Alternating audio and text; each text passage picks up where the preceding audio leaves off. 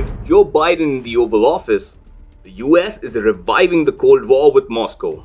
Russian President Vladimir Putin is ready for the fresh face-off. But what will this re-escalation do? Will it help the US? Or will it help Russia regain its Soviet glory? Russia is gaining big from the Cold War 2.0 started by Biden. Indo-Pacific powers like India and Japan are poised to engage more frequently with Russia.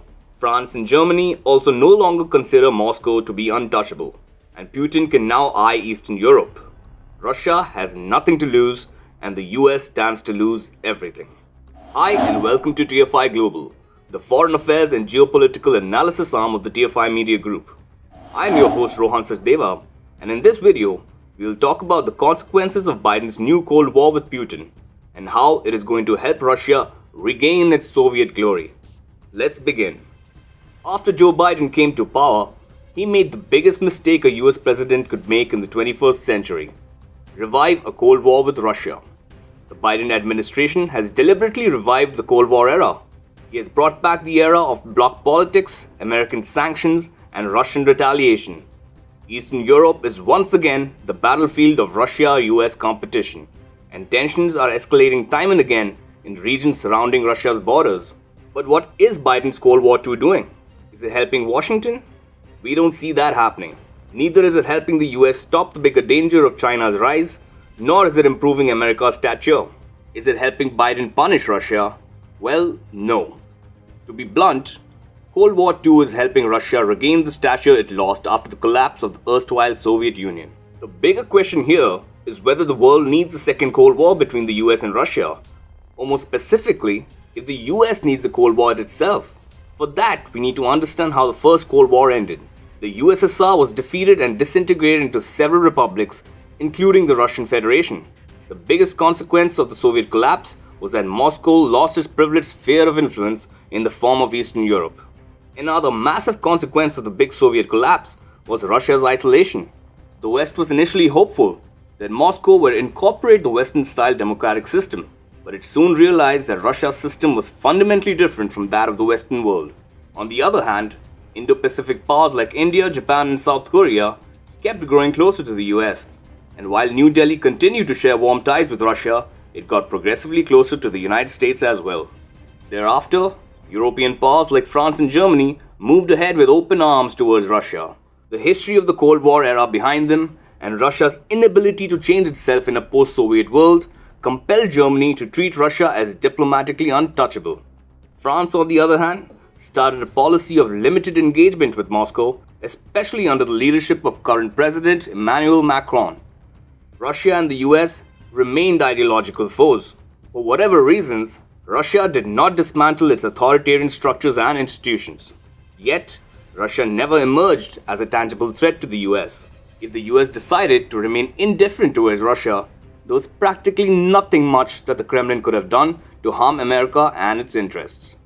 So what is Biden's Cold War doing? As we stated earlier, it is helping Russia regain its Soviet-era stature. Firstly, it is paving the way for Russia's interaction with other European powers. The Ukraine-Russia conflict has shown how France and Germany have realized that they must take care of their own security interests, independently of White House policies. So while Biden was provoking Ukraine to lock horns with Russia, Paris and Berlin had no qualms in searching for a diplomatic solution with Russia. Similarly, in the Indo-Pacific, Biden is taking the attention away from China. Countries like India and Japan find it beneficial to interact and engage with Moscow. New Delhi and Tokyo understand the perils of a Russia-China combination, howsoever superficial it may be on the surface.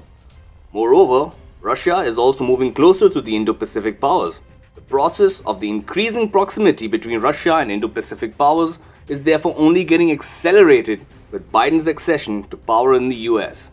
Last but not least, Biden's power play is reactivating the main venue of the previous Cold War, Eastern Europe. Till now, there was a clear drift in the region towards the EU. In fact, Belarus President Alexander Lukashenko has often been described as Europe's last dictator. Most other Eastern European nations have either joined the EU and NATO, or have at least been trying to join the Belgium-based intergovernmental bloc. Since the collapse of the USSR, Eastern Europe was clearly losing interest in Moscow. If Biden is really the ace diplomat that he claims to be, he should have left the region as it is and let smaller nations drift westwards. However, the US president has unnecessarily provoked Eastern European nations against Russia and allowed Moscow to retaliate against Western maneuvers.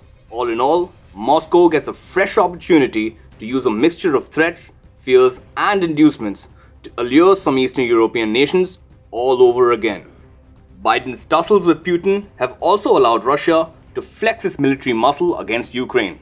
Given the inherent divisions in the Western world, Ukraine did show signs of engaging Russia at a diplomatic level. Biden shouldn't be surprised now if Putin starts making sudden inroads into Eastern Europe. Let's be very clear. Russia lost the First Cold War, so it has nothing to lose and everything to gain from the new one. If big powers find it beneficial to engage Russia in their own self-interest and any small nation turns towards Moscow, it would be a big win for Putin and a massive loss for Biden. In no case is Putin going to lose, because he has nothing to lose to begin with. Biden is igniting an unnecessary scuffle with Russia, and if the US loses anything in this imprudent face-off, the sitting US president would be the only person to blame.